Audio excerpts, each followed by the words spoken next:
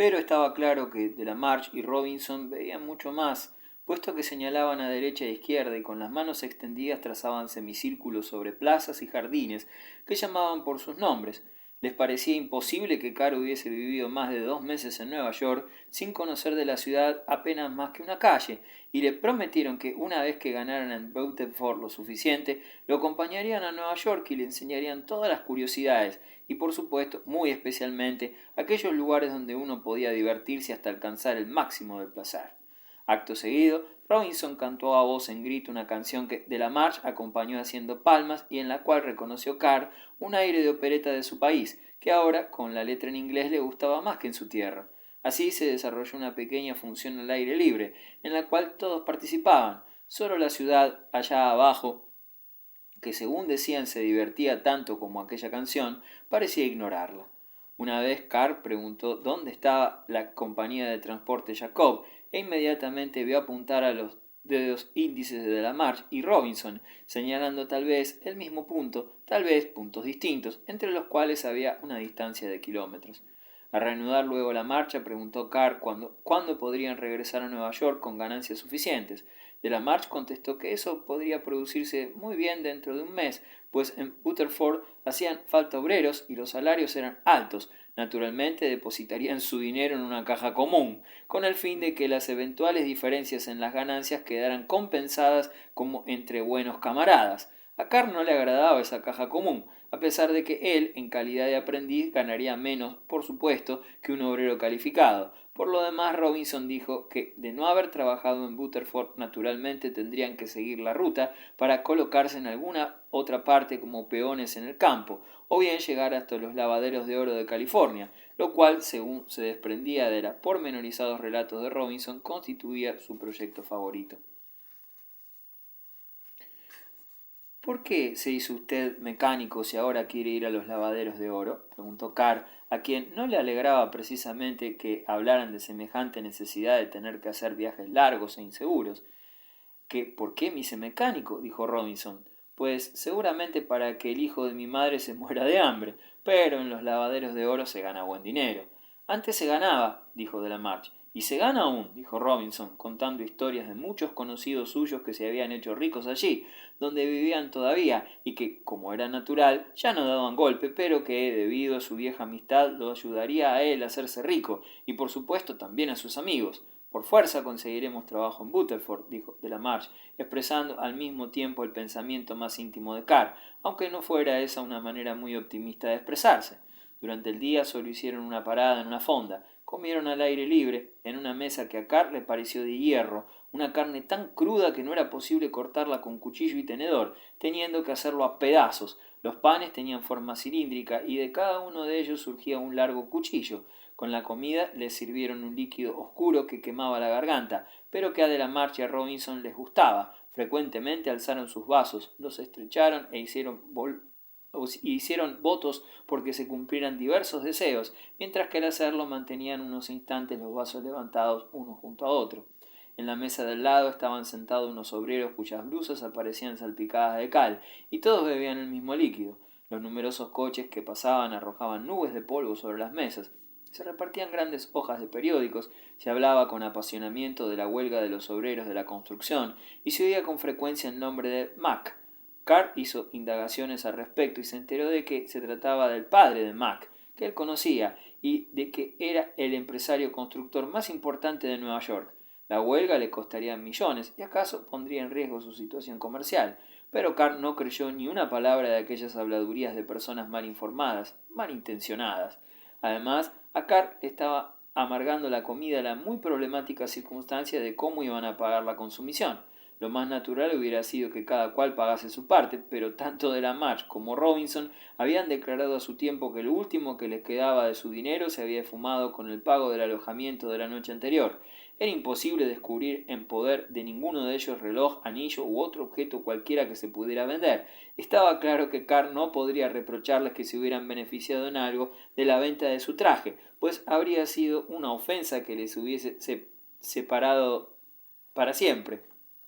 Pero lo más asombroso era que ni Delamarche ni Robinson demostraban la menor preocupación por el hecho de pagar, Por el contrario, hacían alarde de suficiente buen humor como para intentar, lo más frecuentemente posible, establecer relaciones con la camarera, quien, arrogante y con paso firme y marcado, se paseaba entre las mesas, llevaba el pelo un poco suelto, de manera que le caía por los lados sobre la frente y las mejillas, y se lo alisaba hacia atrás metiendo las manos por debajo. Finalmente, cuando cabía esperar de ella la primera palabra amable, se acercó a la mesa, y apoyando las dos manos en ella, preguntó «¿Quién va a pagar?». Nunca nadie alzó las manos con mayor rapidez que lo hicieron en aquel momento de la March y Robinson apuntando a Carr. Este no se asombró por ello, pues ya lo tenía previsto, y no había nada de malo en que los camaradas de quienes él a su vez esperaba obtener ventajas le hicieran pagar ciertas naderías, aunque desde luego hubiera sido más digno convenir ese asunto de manera clara antes del momento decisivo. Lo único molesto era que no quedaba otro remedio que extraer en ese momento el dinero del bolsillo secreto.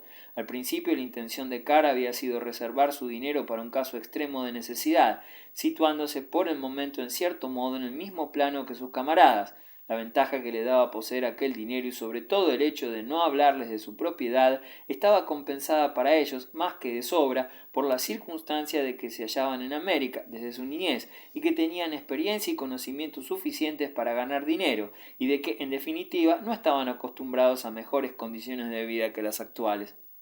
Pero las intenciones de Carr había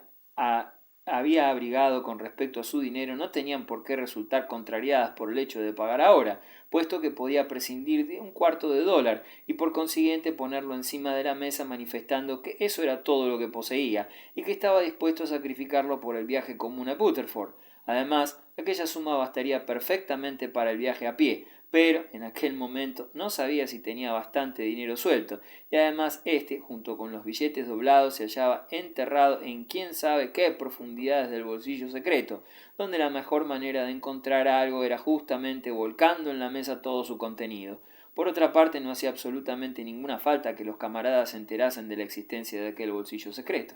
Sin embargo, afortunadamente, a aquellos aún seguía interesándoles mucho más la camarera que el hecho de cómo lograría Carr el dinero para pagar. Con el pretexto de que detallara la cuenta de la March, atrajo a la camarera, obligándola a ponerse entre él y Robinson, y ella tuvo que rechazar el atrevimiento de ambos, poniéndole ya a uno, ya a otro, toda la mano sobre la cara para así apartarlos. Mientras tanto, Carr, acalorado por el esfuerzo que acababa de realizar, juntaba por debajo de la tabla de la mesa en una de sus manos el dinero que, moneda a moneda, iba cazando y pescando con la otra en el bolsillo secreto. Por último, y a pesar de que todavía no estaba familiarizado con el dinero americano, creyó haber reunido la suma suficiente, juzgando al menos por la cantidad de monedas, y las puso encima de la mesa.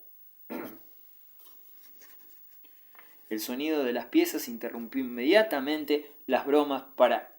contrariedad de Carr, y con el natural asombro general resultó que había casi $1 entero, y aunque ninguno de ellos preguntó por qué antes no había confesado Carr nada de ese dinero, suficiente para hacer un cómodo viaje en tren hasta Butterford, Carr se sintió sin embargo muy corrido. Lentamente, después de haber pagado la comida, se volvió para guardar el dinero, no sin que antes de la marcha alcanzara a quitarle todavía de la mano una moneda para la propina de la camarera, a la cual abrazó estrechamente contra sí para darle luego la moneda por el lado contrario. Carr se sintió agradecido hacia ellos, ya que al reanudar la marcha no hicieron la menor alusión al dinero, por lo que durante un rato hasta se le ocurrió confesarles a cuánto ascendía toda su fortuna, pero no obstante no lo hizo por no presentársele ninguna ocasión adecuada. Cuando atardecía llegaron a un paraje más campestre, más fértil. Alrededor se extendían campos que no estaban divididos, esparciéndose con su fresco verdor sobre suaves collados. El camino se hallaba bordeado por ricas casas de campo, y durante horas y horas pasaron entre las verjas doradas de los jardines, cruzaron varias veces el mismo río de tranquila corriente, y frecuentemente escucharon por encima de sus cabezas el trepidar de los trenes que pasaban por los viaductos construidos sobre altos arcos. Precisamente estaba ocultándose ya el sol en el borde liso de lejanos bosques cuando se dejaron caer sobre la hierba, en medio de una pequeña arboleda situada sobre una elevación, para descansar de la caminata. De la March y Robinson se tumbaron, estirándose y desperezándose a placer. Carr permaneció sentado, la cabeza erguida, mirando al camino que pasaba unos metros por debajo y sobre el cual circulaban sin cesar, veloces uno junto a otro, los coches casi rozándose como ya habían estado pasando durante todo el día, y como si les dieran la salida en número exacto, allá en la lejanía, una y otra vez, y los esperaran en igual cantidad en el otro extremo. Durante todo el día, desde las primeras horas de la mañana, Carr no había visto que un solo automóvil se parara ni que se apeara un solo pasajero. Robinson propuso que se quedaran allí mismo a pasar la noche, puesto que todos se encontraban bastante cansados, teniendo en cuenta que desde aquel lugar podrían reanudar la marcha mucho más temprano y que, en definitiva, sería difícil que encontrasen un alojamiento más barato y mejor situado antes de que cayera la noche por completo. De la March estaba de acuerdo y solo Carr se consideró en la obligación de señalar que él disponía del dinero suficiente para pagar las camas de todos, aunque fuera en un hotel. De la March dijo que ya tendrían necesidad de ese dinero y que lo guardara bien, no ocultándolo así de ningún modo el hecho de que ya contaban desde luego con el dinero de Carr. Puesto que su primera propuesta había sido aceptada, Robinson manifestó enseguida que antes de dormir y con el fin de reunir fuerzas para el día siguiente, era necesario que comieran algo bien sólido, y que uno de ellos fuese a buscar comida para todos a aquel hotel que muy cerca de donde estaba y que lucía el letrero luminoso de Hotel Occidental, se veía sobre la carretera. Como Carr era el más joven de todos y por otra parte ninguno se mostraba decidido, él no dudó en ofrecerse, y después de haber recibido el encargo de que trajera tocino, pan y cerveza, se fue hacia el hotel. Había seguramente no muy lejos una gran ciudad, pues el primer salón del hotel en que Carr había entrado estaba lleno de una ruidosa multitud. Delante del mostrador, que se extendía a lo largo de uno de los muros principales y de dos paredes laterales, iban y venían sin parar muchos mozos con delantales blancos cubriéndoles el pecho, y a pesar de todo no podían atender a los impacientes huéspedes, ya que, procedentes de los más diversos lugares, no dejaban de oírse continuamente maldiciones y puñetazos en las mesas. Nadie reparaba en Carr. En el salón mismo no había evidentemente ningún servicio, y los clientes sentados alrededor de unas diminutas mesas que se cubrían fácilmente con 3 comensales se dirigían al mostrador y retiraban de allí todo lo que deseaban. En cada una de las mesitas había un frasco grande con aceite, vinagre o cosa por el estilo, y antes de empezar a comer vertían ese líquido en los platos traídos desde el mostrador. Para llegar de alguna manera hasta él, donde probablemente hasta entonces no empezarían las dificultades, Carr tuvo que abrirse paso por fuerza entre muchas mesas, lo cual no era posible desde luego, aunque lo hiciera con sumo cuidado, sin molestar a los huéspedes, quienes no obstante soportaban todo insensibles y hasta toleraron, sin aparentar molestarse, que Carr fuera empujado, aunque por uno de los mismos huéspedes, contra una de las mesitas, y estuviera casi a punto de derribarla. Carr se disculpó, pero evidentemente no le comprendían, así como tampoco comprendió nada de las voces que le dirigían. Le costó hallar un mínimo lugar libre en el mostrador, cuya visión le estorbaron durante un buen rato los codos de sus vecinos. Parecía que allí tenían la costumbre de apoyarse de codos y apretar el puño contra la sien. Carr se acordó de cómo su profesor de latín detestaba esa postura y de cómo el doctor Crumpal, que así se llamaba, se acercaba siempre sigilosamente y de improviso barriendo los codos de las mesas con un empujón burlón por medio de una regla que sacaba de pronto. Carr se hallaba muy apretado contra el mostrador, ya que apenas ocupó su sitio, colocaron una mesa detrás de él, y uno de los huéspedes que se sentaron ante ella rozaba pesadamente con su enorme sombrero la espalda de Carr, por poco que se inclinara hacia atrás cuando hablaba. Por otra parte, la esperanza de conseguir algo del mozo era lejana, aun después de haberse marchado satisfechos los 2 rudos vecinos. Varias veces por encima de la mesa Carr había llegado a sujetar por el delantal a uno de los mozos, pero éste se había zafado siempre con un gesto. Era imposible retener a ninguno, que lo único que hacían era correr y correr. Si cuando menos hubiera habido cerca de Carr algo de comer o de beber,